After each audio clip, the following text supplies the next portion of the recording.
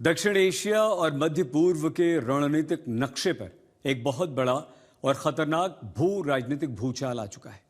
7 अगस्त 2026 को सऊदी अरब, पाकिस्तान और तुर्की के बीच जिस मक्का समझौते पर हस्ताक्षर हुए थे, उसका दायरा अब सिर्फ 3 देशों तक सीमित नहीं रहा है। मिस्र के अलावा ईरान को इस गठबंधन में शामिल होने का औपचारिक न्योता मिल गया है। लेकिन सबसे चौंकाने वाला मोड़ तब आया जब हमारे देश, भारत के पड़ोसी देश बांग्लादेश ने भी इस कथित इस्लामिक नेटो में शामिल होने की इच्छा व्यक्त कर दी। मतलब पश्चिम में पड़ोसी पाकिस्तान के बाद पूर्व में बांग्लादेश भी इस्लामिक नेटो का हिस्सा बनने की तैयारी कर रहा है। अब सवाल यह है कि क्या यह भारत के खिलाफ रची जा रही कोई घेराबंदी है? हमारी इस एक्सक्लूसिव रिपोर्ट में देखिए।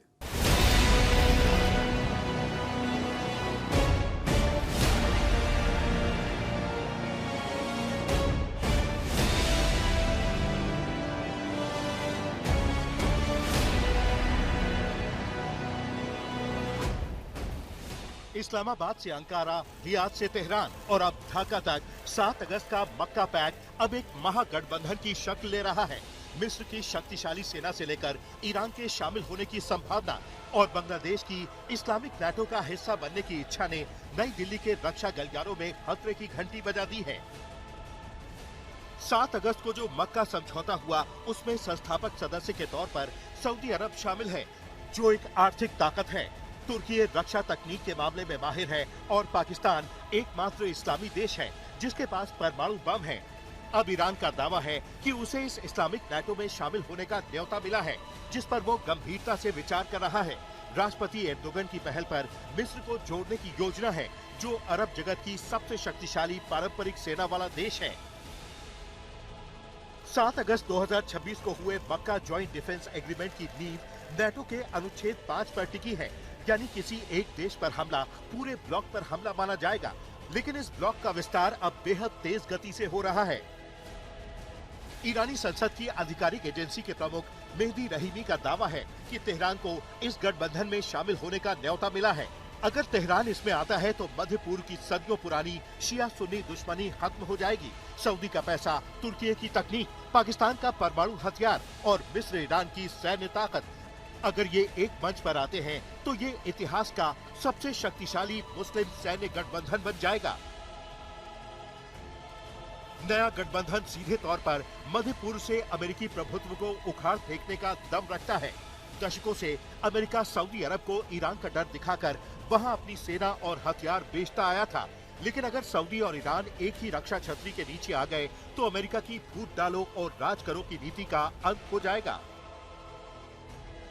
इतना ही नहीं, अमेरिका की अरबों डॉलर की डिफेंस इंडस्ट्री को बड़ा झटका लगेगा, क्योंकि अब ये देश अमेरिकी हथियारों की जगह तुर्की के अत्याधुनिक ड्रोन और घातक हथियारों पर अपनी निर्भरता बढ़ा रहे हैं। अब आइए भारत के सबसे संवेदनशील पूर्वी मोर्चे पर।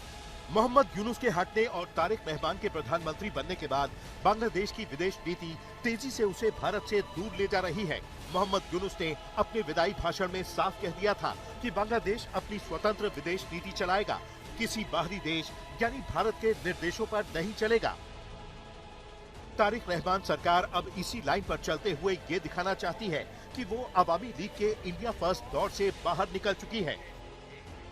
बांग्लादेश की नई सरकार का इस्लामिक नेटो में शामिल होने के प्रति सकारात्मक रुख दिखाना इसी स्वतंत्र कूटनीति का हिस्सा है। विशेषज्ञों का मानना है कि बांग्लादेश भारत से सीधी दुश्मनी नहीं चाहता, लेकिन वो पाकिस्तान, तुर्की और चीन का कार्ड खेलकर भारत पर दबाव बनाना चाहता है ताकि भारत उसकी शर्तों के आगे झुके। बांग्लादेश के इस नए रुख के पीछे पाकिस्तान और तुर्की की बहुत गहरी चाल है। पाकिस्तान की खुफिया एजेंसी आईएसआई और उसकी सेना तारिक रहमान की पार्टी बीएनपी के पुराने संबंधों का फायदा उठाकर बांग्लादेश में अपनी पैठ दोबारा मजबूत कर रही है। पाकिस्तान का एकमात्र लक्ष्य है भारत की पूर्वी सीमा पर दोबारा सुरक्षा खतरा खड़ा करना, ताकि भारत अपनी पश्चिमी सीमा और कश्मीर से अपनी सेना कम करने पर मजबूर हो जाए। दूसरी तरफ तुर्की के राष्ट्रपति एर्दोगन खुद को पूरी मुस्लिम दुनिया का खलीफा या नेता साबित करना चाहते हैं। तुर्की अब बांग्लादेश को अपने घातक बायरक्टर ड्रोन और युद्धपोत बेचकर बंगाल की खाड़ी में अपनी नौसैनिक ताकत बढ़ाना चाहता है, जो भारत की समुद्री सुरक्षा रणनीति के लिए एक सीधा चैलेंज है। इस पूरे तनाव के केंद्र में है पूर्व प्रधानमंत्री शेख हसीना। बांग्लादेश का अंतर्राष्ट्रीय अपराध न्यायाधिकरण उन्हें मौत की सजा सुना चुका है और तारिक रहमान सरकार लगातार उनके प्रत्यर्पण की मांग कर रही है। ढाका ने शर्त रखी है कि जब तक भारत हसीना पर ठोस कदम नहीं उठाता तब तक कोई द्विपक्षीय दौरा या सामान्य रिश्ते संभव नहीं है।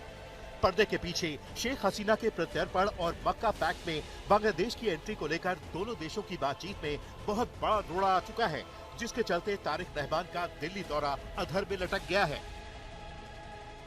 ये साफ है कि भारत के चारों तरफ एक नई रणनीतिक बिसात बिछाई जा रही है।